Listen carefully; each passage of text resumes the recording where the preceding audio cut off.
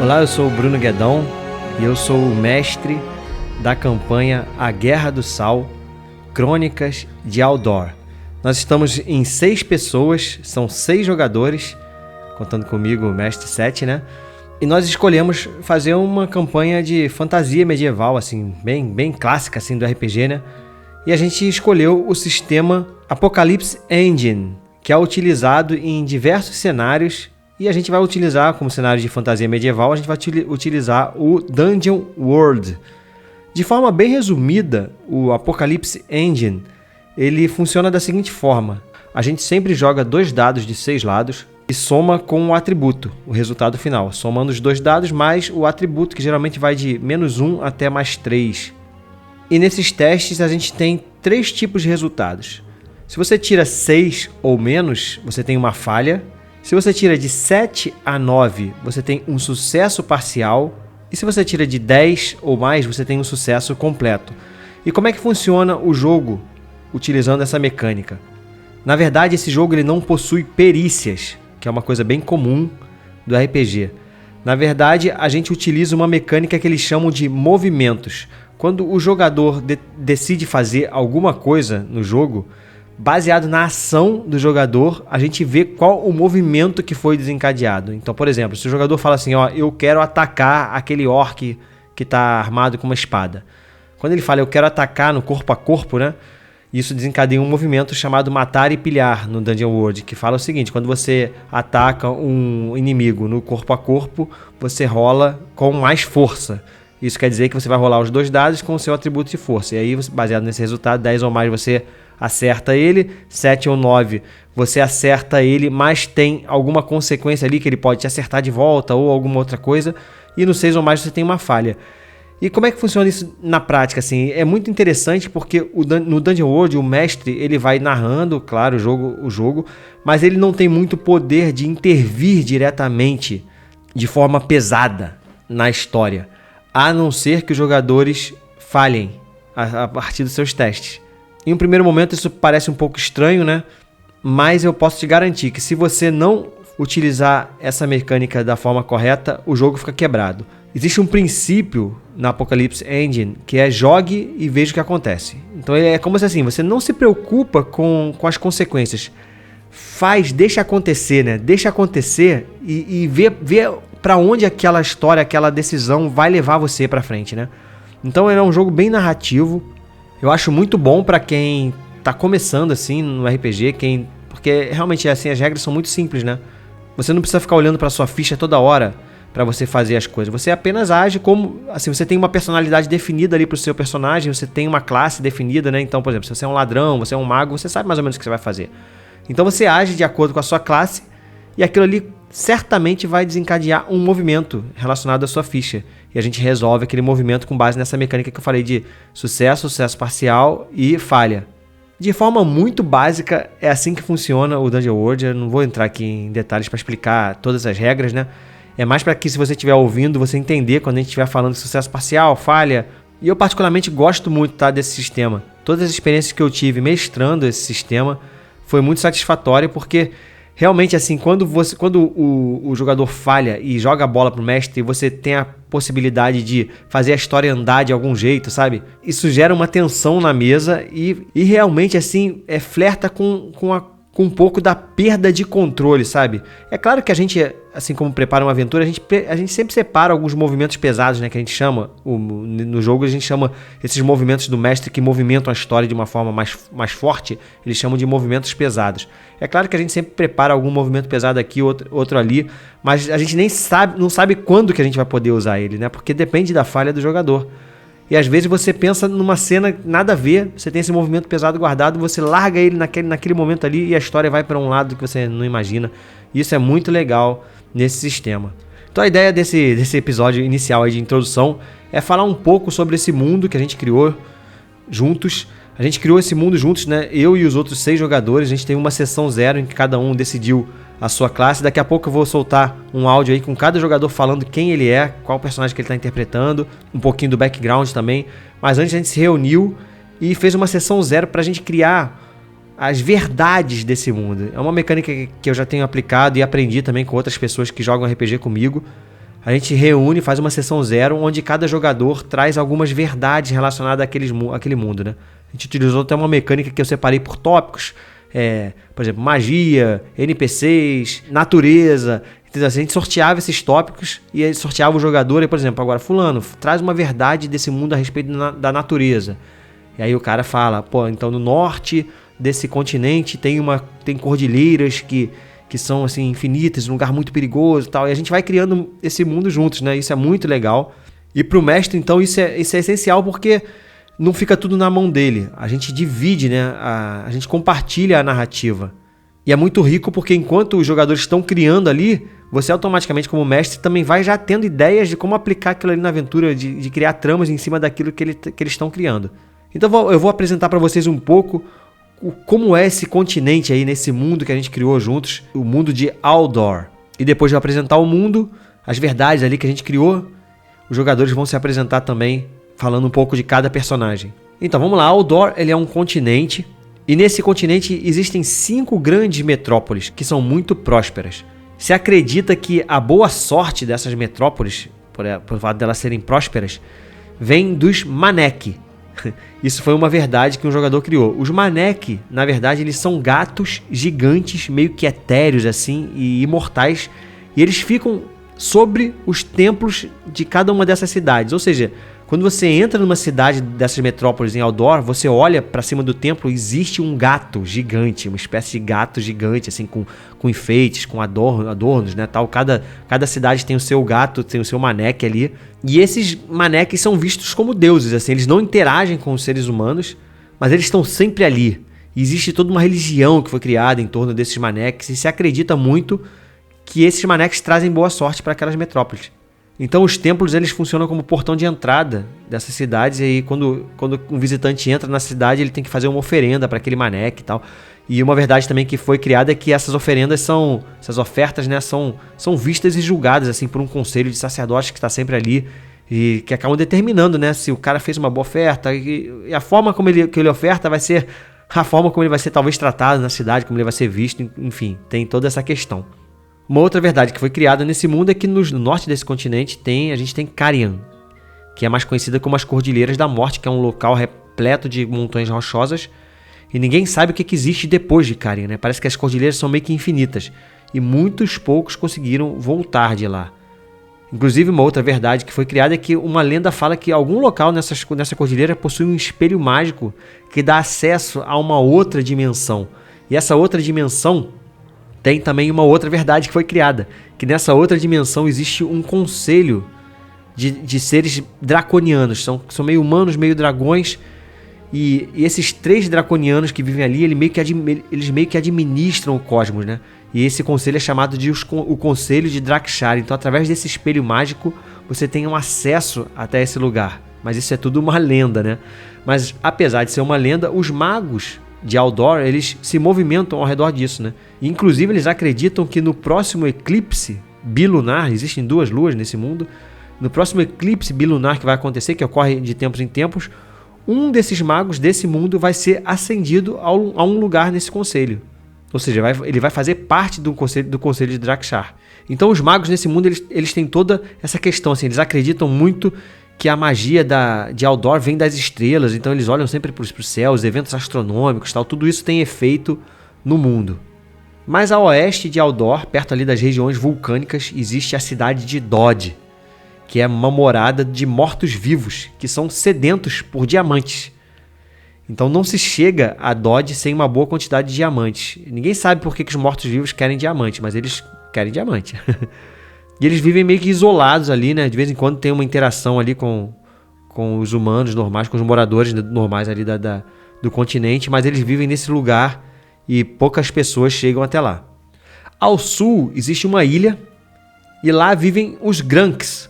Os Granks, eles fazem parte de uma sociedade de homens caranguejos. Eles têm uma formato assim de caranguejo mesmo, rosto de caranguejo, mas são humanoides. Eles respiram embaixo d'água, tal, possuem lá as próprias línguas e os rituais próprios, e são criaturas extremamente violentas, assim, geralmente são assassinos e piratas. Eles vivem nesse lugar mais isolado ali do mundo, e eles possuem uma coisa que todo mundo quer em Aldor. E assim, é um centro da nossa campanha vai ser vai ser essa questão, que é o sal de Gatsa. Isso também foi uma verdade criada. Tudo isso que eu tô falando foram verdades criadas na sessão 0, tá? Infelizmente a gente não gravou a sessão 0, por isso que eu tô fazendo aqui esse recap aqui pra quem estiver ouvindo a campanha aí depois, não ficar boiando, né? Então, o sal de Gatsa, que é o nome, é a especiaria mais valiosa do mundo. A gente vai falar um pouquinho mais sobre o sal daqui a pouco. Porque uma outra verdade que foi criada a respeito desses Grunks, que são esses homens caranguejos, é que existe uma guerra ali entre os dois filhos do rei desse pequeno reino ali. Não sei se seria um reino, dessa pequena metrópole ali, dessa ilha, né? O rei tá doente, tá passando mal, mas existe uma pequena rixa entre os dois herdeiros, que é uma mulher, que é a baleia, e um homem, que é o Marrazoa. Eles estão meio que brigados ali e lutando para ver quem vai suceder o trono ali, caso o Olagarroa morra, né? O pai deles morra. Eles estão meio que em guerra ali e tal. A baleia, inclusive, acredita que o irmão dela foi enfeitiçado por uma sereia, e essa sereia apressou a doença do pai e tal. Então existe uma tensão ali. E vale dizer também que Grank é a única capital de Aldor que não possui um Manek, ou seja, esse gato, que é uma espécie de deus ali sobre a metrópole. Essa ilha não possui um Manek. Então, como eu falei, se existe alguma coisa que todo habitante de Aldor quer, é o sal de Gatsa. Ele não chega a ser a moeda oficial do mundo, mas movimenta a economia, sabe? Já causou muita guerra, já causou destruição, e nos últimos séculos ele vem se tornando escasso. E essa escassez tem deixado ele mais valioso e tem mexido com a estrutura política desse continente. O sal, ele é usado não apenas para tempero, ele é explorado assim numa pedra bruta multicolorida. Ele pode ser usado para tempero, é usado na comida mesmo esse tipo de sal, mas ele também pode ser usado para construir monumentos, estátuas. E no passado ele também foi usado para a criação de medicamentos de cura que erradicaram pestes terríveis que já aconteceram em Aldor. Só que ele está ficando escasso, entendeu? O sal é muito ligado, obviamente, aos poderosos, aos ricos, né? Os mais pobres raramente têm acesso ao sal. E é interessante porque uma metrópole especificamente, ela se apegou muito a essa questão do sal. E tem um ditado, inclusive, que chama assim: onde tem Shimmel, tem Gatsa. Gatsa é o sal, né? E o que é o Shimmel? O Shimmel é um fungo, uma espécie de cogumelo, um fungo amarelado que cresce na terra ou na pedra que está acima das fontes de Gatsa, do sal, né? Então, por isso que o ditado fala: onde tem Shimmel, tem Gatsa. Ou seja, se tem Gatsa, sal ali embaixo, vai nascer esse fungo, essa espécie de fungo em cima, que é um fungo alucinógeno. Não é simples, né, mexer com isso. Não é simples extrair Gatsa, porque se tem Shimmel, pode ser que a pessoa tenha que saber tirar esse Shimmel antes de extrair ali o Gatsa, enfim. E como eu falei, uma metrópole inteira ele se vinculou muito a isso, né, que são os Padens, da metrópole de Pad, que é uma região ali no sul, e eles criaram uma espécie de religião que funciona ali ao redor do Shimmel, desse cogumelo, desse fungo. E eles veem o Gatsa, né, como uma pedra sagrada, como um presente dos Manek. E toda a religião deles é em torno desse Shimmel, né? Eles usam muito o Shimmel como alucinógeno, faz parte dos ritos dele ali. Só que por causa da escassez, logo como o Gatsa está acabando também o Shimmel. Então esses Padens, eles se viram na missão de proteger as últimas fontes de sal. Então um clérigo chamado Sturm, ele surgiu, isso no passado, né? Mas ele está vivo ainda no presente ali na campanha. Ele se levantou e liderou, e tem liderado durante esse tempo, uma espécie de inquisição sobre aquelas pessoas que exploram o sal ali de forma predatória, né? Chegando às vezes a atacar comboios de comerciantes que estão carregando sal e tirando o sal deles, assim, impedindo, fechando minas de Gatsa. Isso tudo tem com violência, tá? Tudo isso com violência. Isso tem gerado uma tensão ali em Aldor. Não chegou a ter uma guerra entre as metrópoles, mas existe uma tensão ali. Tá tudo sendo administrado politicamente, mas existe uma tensão no ar. Esse é o cenário que os nossos jogadores vão encontrar. E ao contrário ali dos Padens, eles têm um outro movimento que são os Vadas. Os Vadas, eles são liderados por uma anã chamada Arida, aquela que vive. Vocês vão entender porque que ela é aquela que vive. Eles são o contrário dos Padens, não o contrário assim, mas eles meio que acabam tendo um embate um com o outro, porque os Vadas acreditam que o sal é para todos. Não é só para os ricos, não é só para os Padens, né? O sal é para todos porque o sal veio da terra. Então eles funcionam como uma espécie de grupo rebelde que assalta as caravanas para roubar o sal e distribuir para aqueles que não têm condições. Só que tem uma história aí, né? Uma lenda que rolou aí, que isso tudo é uma verdade também que foi criada ali na nossa sessão 0, que em um confronto com esses Padens, os Vadas, eles viram a sua líder, né, essa anã, morrer na batalha. Só que depois de 3 dias e 3 noites, bem sugestivo, né? Essa duração, ela voltou a viver de forma inexplicável e ela está viva até hoje como uma morta-viva. E para fechar, a última grande verdade assim que foi criada, que eu acho que é relevante para a gente seguir aí na nossa campanha, é que foi criada uma festa chamada Qasir, que é uma espécie de carnaval que acontece de tempos em tempos. E o que é esse carnaval? Os maneques, eles de alguma forma, esses gatos, né, eles de alguma forma eles fazem os moradores das metrópoles sonharem com o Qasir. O Qasir, ele é o encontro dos maneques. Ele é o encontro das raças. Ou seja, os 5 maneques que estão espalhados nas 5 metrópoles de Aldor, eles vão se encontrar em uma cidade, uma dessas metrópoles especificamente, e vai haver uma migração das outras cidades para essa cidade, para uma grande festa, o encontro de todas as cidades, de todas as raças, uma espécie de carnaval que vai ocorrer durante vários dias, se eu não me engano, foram 100 dias que a gente determinou. Então os maneques eles vão fazer as pessoas sonharem com essa cidade, e essas pessoas vão saber o dia certinho e o local onde vai acontecer o próximo Qasir, que é essa festa. Existe uma regra que durante o Qasir não pode haver violência, não pode haver guerras, as tensões, tudo isso é colocado de lado porque é tempo de festejar o encontro dos maneques. E esse é o cenário que a gente vai... O Qasir está se aproximando, a campanha vai começar já com esse Qasir determinando aonde vai acontecer a cidade, onde vai acontecer o Qasir, quer dizer, e os jogadores vão começar o jogo nesse cenário, nessa realidade. Acho que basicamente é isso em relação às verdades aí desse mundo. Acho que ficou bem legal. Como eu falei, é muito legal a gente compartilhar a criatividade para criar os mundos juntos, né? E em relação ao grupo? Em relação ao grupo nós temos 6 jogadores. Acho que eu nunca mestrei para 6 jogadores. E cada um é de uma classe diferente. Eles vão se apresentar aí, mas eu vou adiantar aqui. A gente tem o Hanuf, que é um anão guerreiro. A gente tem o Moon, que é um elfo mago. A gente tem o Lumen, que é um clérigo humano. Nós temos o Farley, que é um ladino humano. Nós temos a Iofir, que é uma druida humana também. E nós temos por último ali um bardo chamado Ash, também que é humano. E eu vou começar apresentando para vocês 2 dos nossos personagens. O primeiro é o Moon Enepsigus. Vou tentar dar um resumo da história desse elfo. Ele vem de uma vila élfica e o pai dele... Ele só tem o pai dele, parece que ele perdeu a mãe morre, né? E ele é criado pelo pai, e o pai dele é um cozinheiro. Então ele cresce com esse interesse, assim como o pai, por cozinhar, né? Cozinhar coisas exóticas. Ele tem um desejo assim de explorar novos sabores, né? E em um desses desejos ele resolve ir até uma caverna perto da vila onde ele morava para tentar coletar sal. Ele nunca tinha cozinhado com sal e ele, inclusive, esse é um dos desejos dele. Só que ocorre um problema enquanto ele está explorando o sal nessa caverna. Na volta ele é perseguido por alguns mercenários que também estavam ali em busca de sal. Ele acaba fugindo para uma região onde tem uma criatura, um basilisco. E ao encontrar essa criatura, ele acaba sendo transformado em uma estátua de pedra. E aí é muito interessante a história do Moon, porque isso ocorre num passado muito longínquo. E ele fica como estátua de pedra consciente, né? Esse é um detalhe que o Fred escolheu para o personagem dele. É uma estátua de pedra consciente. Ele está o tempo todo ali olhando e sentindo e observando tudo ao redor dele.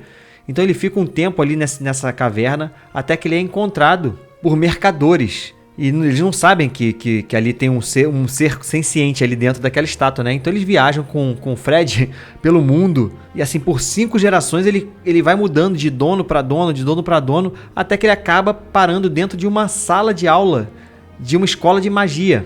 E é ali que ele aprende, ou todos os dias observando os magos, ensinando, é ali que ele aprende o segredo da magia. Inclusive tem uma coisa que acontece em uma dessas mudanças, ele quebra a ponta da sua orelha, então ele tem a orelha esquerda dele é quebrada por causa dessas mudanças, a estátua provavelmente bateu em algum lugar e quebrou a ponta da orelha.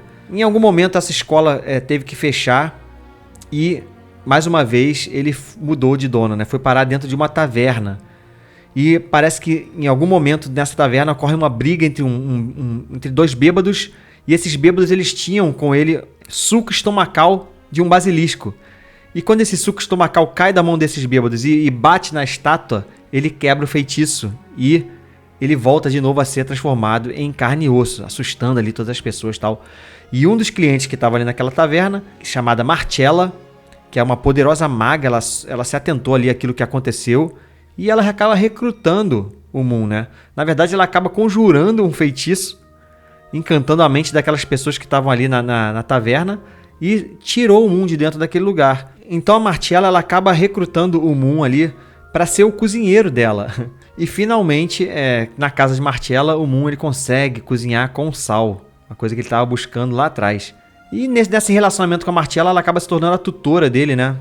Ensinando ele a magia, ao mesmo tempo que ele também desenvolve os dotes culinários dele. Mas em algum momento na história de Moon, mais uma vez ele acaba ficando sozinho, porque Martiela deixa uma bolsa jogada para o Moon e nunca mais aparece, né? Essa bolsa tem um pergaminho com uma magia que ele ainda não consegue decifrar, tem algumas poções, tem o grimório dele, né, com todas as magias que ele aprendeu, e também um anel. E depois disso, Moon foi parar em Dugatti, né, na cidade onde os outros jogadores também estão, e ali ele arrumou um emprego na taverna do Peregrino Risonho, que é onde a aventura vai começar, e ali ele conhece o resto dos jogadores.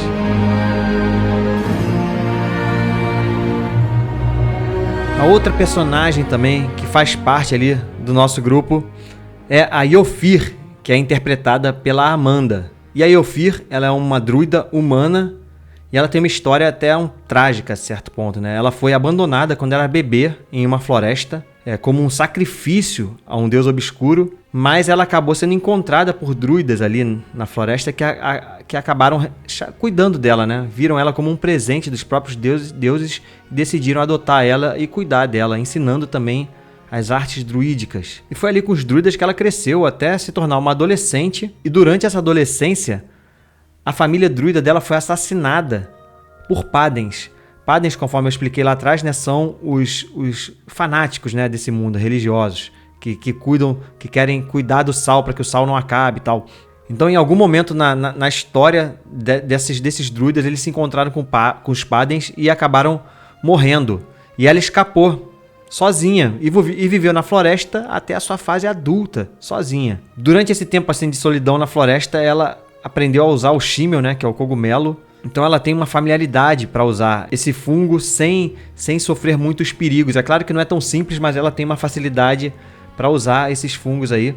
E ela está buscando por esses fungos aí o tempo todo, ela é o que ela busca. Mas assim, movida pela necessidade e pela curiosidade, ela acabou embarcando em uma jornada além da floresta, né, que ela tanto conhecia, e ela acaba encontrando civilizações e tal, e acaba ficando ali em Dugatti, em uma das civilizações que ela encontrou tal, ela acaba por algum motivo ficando ali em Dugatti. Então a Iofir, ela é aquele druida clássico, né, que não se encaixa muito com as maneiras dos humanos, né, das civilizações, na verdade. Ela tem um jeito próprio assim de entender as coisas, e ela acaba conhecendo o grupo ali também, nessas andanças ali em Dugatti.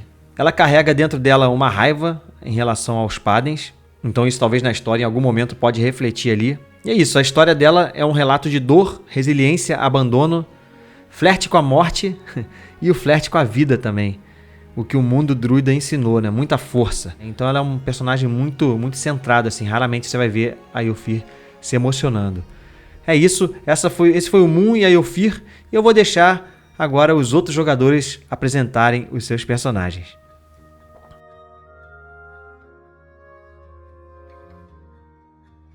Meu nome é Warney, e sou eu que dou a vida a Ranulf Machado Insano, um anão guerreiro de 33 anos, oriundo das minas de diamante de Graça.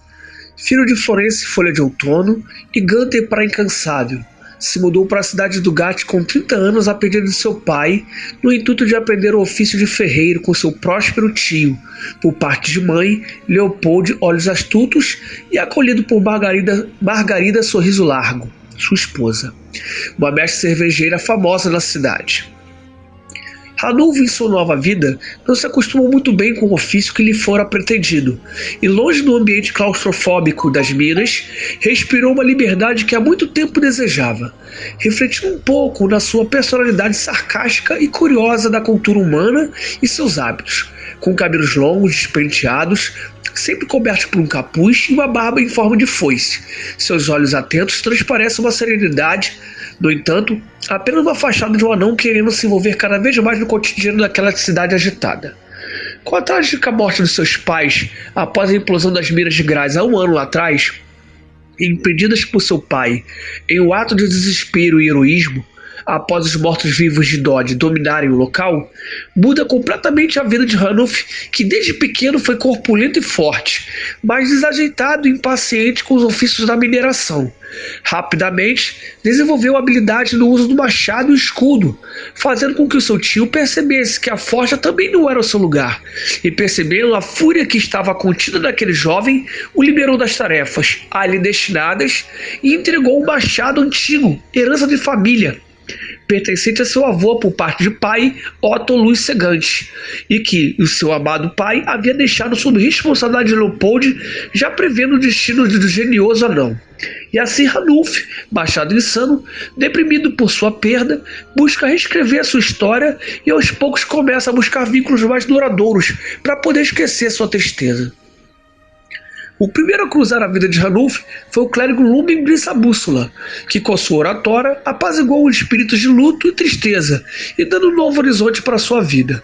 Ranulf acredita fielmente que Lumen é o escolhido dos Maneques e acha que nada mal pode acontecer com ele. O convívio nas tabernas de Dugat forjaram o convívio com o Bardo Ash e o Mago Moon. Isso porque às vezes eu era encarregado de atender a demanda de cervejas produzidas por minha tia Margarida. A druida Yofir ganhou o meu respeito pela sua história de vida. Isolado dos costumes da cidade, me coloquei como sendo um simpatizante, por ter sentido isso quando vim morar aqui há 3 anos atrás. Já o Larápio Farley o conheço por trabalho de escolta, no entanto ele gosta da vida fácil, e há tempos não vejo pegando esses serviços. Deve estar em outras oportunidades não tão honestas, no entanto, suas habilidades compensam, e quem sou eu para vestir a toga de um magistrado? Assim é a vida de Ranulf, machado insano, em Dugat e seus novos companheiros. Eu sou o Thiago, eu interpreto o Farley, que é um ladino, muito mais voltado para a espionagem e nada para o combate, ele é fraco no combate. Ele é humano, ele tem mais ou menos 1,80 m, o corpo bem esguio. Ele usa roupas escuras, um capuz que esconde o rosto dele e o cabelo. Ele usa uma couro leve, ele tem uma espada curta, uma adaga e um arco e flecha. Ele mexe com venenos, ele tem um elemento neutro. O histórico dele ninguém conhece, a história nunca foi contada para os amigos dele, para os outros personagens, né? Ele é um ser bem misterioso, ninguém sabe muito bem de onde ele veio, quem ele é. E com relação aos vínculos, a Yofir, que é a druida, né? Já viu ele cometer um crime uma vez, na pré-aventura, então eles têm essa história. O Lumen, que é o sacerdote, ele evita ficar perto dele porque acha uma pessoa muito espalhafatosa, muito chamativa, isso para ele é ruim. Ele tem um respeito pelo Moon e sempre tenta agradar o Moon, que é o mago, o elfo, né? Por achar que é importante ter esse aliado, que é uma pessoa que sabe fazer magias, e magias que podem ser úteis em suas empreitadas, né? Porque ele tem invisibilidade, tem disfarces, então isso para ele é importante. O Ash, que é o bardo, ele sente um profundo desprezo por achá-lo muito mimado, muito infantil, muito inconsequente. E por fim o Ranulf, que é um anão, ele também tenta criar um falso elo de amizade, porque o anão não é muito inteligente, então ele se aproveita desse baixo intelecto do anão para se aproximar dele e ver no anão um possível guarda-costas, né? Quando acontecer algum combate, algum conflito nas aventuras, né? É isso.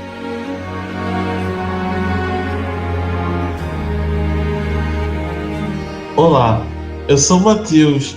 Eu vou jogar com o Ash. Ash é um bardo que toca bandolim. Ele nasceu de uma família muito rica que era dona de mineradoras de sal. Porém, sua família não tinha nada a ver com Ash. E Ash sempre fugia de casa para uma vila pobre e aprendeu a tocar bandolim com seu mentor, que acabou morrendo tragicamente pelas mãos de assassinos. E quando chegou em casa, seu pai o recebeu quebrando o bandolim que ele recebeu do mentor, e ele fugiu renegando toda a sua família e nunca mais quis usar o seu sobrenome, por isso é conhecido apenas como Ash. Ash é um cara extremamente caloroso, ele tem feições bonitas, ele preza muito pela sua beleza, ele vai tomar certas decisões sempre pensando em sua beleza e menos em seu grupo ou coisa do tipo. E suas características físicas, ele tem cabelos pretos, ele é ligeiramente forte e muito bem apessoado. Espero que gostem do meu personagem e nos vemos na aventura.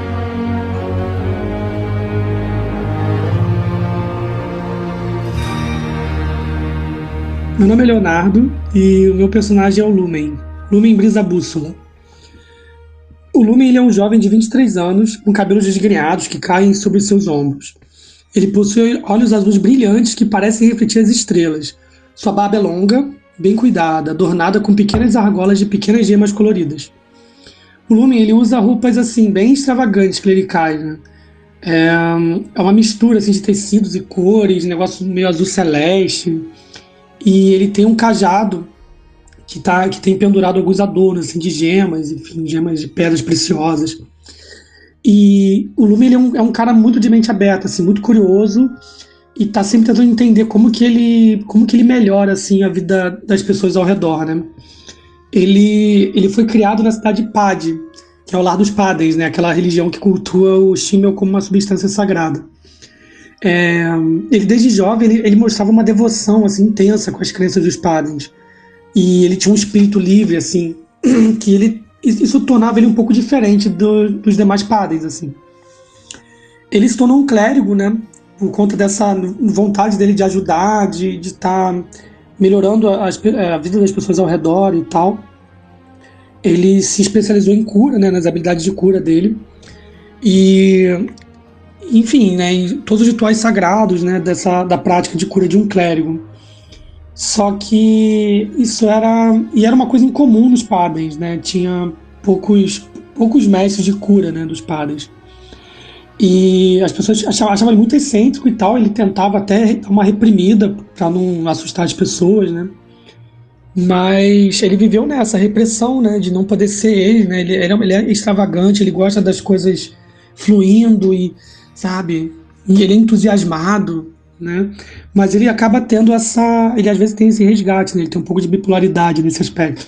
Às vezes ele fica mais na dele, mais centrado, e às vezes ele tá muito para fora. O Lumen ele sentiu uma conexão profunda com os Maneques, né, de Aldori. A primeira vez que ele ouviu falar dos livros e tal, ele já ficou fascinado, ele sentiu uma conexão muito profunda, ele entendia que aquilo era o caminho divino, né, de verdade. Ele sempre entendeu que ele estava numa situação ali que não fazia sentido nos Padens, né, com os Padens. Com a questão do Shimmel e tal, ele entendia o Shimmel como uma ferramenta divina, né, mas não era para causar dor, né, e guerra. Então ele não gostava muito do modus operandi, né, dos Padens. E ele percebeu esse descompasso, né, com que ele acreditava com a religião que estava sendo ensinada para ele, né. Então ele meio que fugiu, né, depois quando ele já estava numa fase adulta, jovem adulto, ele fugiu com um manto e tal e foi para Aldori, né. Então ele ainda traz alguns resquícios da cultura, né, dos Padens e tal. E ele acabou entrando, né, ele foi para Aldori. E as pessoas logo reconheceram as habilidades dele, né? Porque ele era muito bom mesmo, né? Das habilidades curativas e tal, né? Chegava a ser uma coisa meio mística mesmo, meio mágica, assim. Era diferenciado. E rapidamente ele entrou para a Ordem dos Santos de Boa Sorte, né? Porque ele é uma pessoa boa e as pessoas logo sacaram isso, assim, né? Que ele realmente estava muito afim de ajudar. E é isso, essa é a história mais ou menos do clérigo, né? Ele não saiu muito de Aldor, então as coisas são meio novidade para ele, assim. Ele tá meio que vivendo uma aventura e já tava querendo... Ele sentia que ele podia ajudar mais, né? E ele sabe que tá acontecendo alguma coisa estranha com o mundo, então ele tá tentando entender como que ele pode ajudar da melhor forma. E essa esse é o início, né? É onde ele inicia, assim. Ele conhece lá as pessoas, as outras pessoas do grupo, e ele fez uma amizade com eles, né? Pela própria taverna, né? Nos encontros diários na taverna. E ele foi entendendo cada um ali, ele via que eles eram especiais, assim. Então ele meio que andava sempre perto. E é isso, pela própria curiosidade dele, né? De entender o mundo também. Mas é isso, basicamente.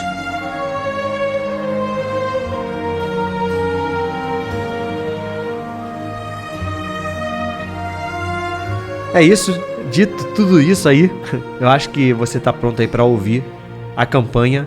Nós começamos a gravar isso de forma despretensiosa, a ideia nunca foi lançar, assim, botar num produto como a gente tá fazendo, mas a gente gravou e ficou tão legal, assim, na nossa opinião, que a gente resolveu publicar. Então, como eu falei, como a intenção nunca foi gravar pra publicar, talvez você encontre aí o áudio não tão bom assim, né? Até porque a gente quer que a nossa preocupação é jogar, sabe? Nossa preocupação é jogar, não é produzir, fazer um produto, né? E assim eu espero que a gente continue até... A gente vai ver até onde vai essa campanha aí, até onde vai. Mas se a gente puder aos poucos ir melhorando a qualidade técnica, pelo menos de captação ali dos microfones, a gente vai fazer. Mas é isso, eu espero que vocês curtam. Bem-vindos aí a Aldor, esse mundo mágico, fantástico aí de muita magia, criaturas estranhas e guerra. Espero que vocês curtam. Valeu!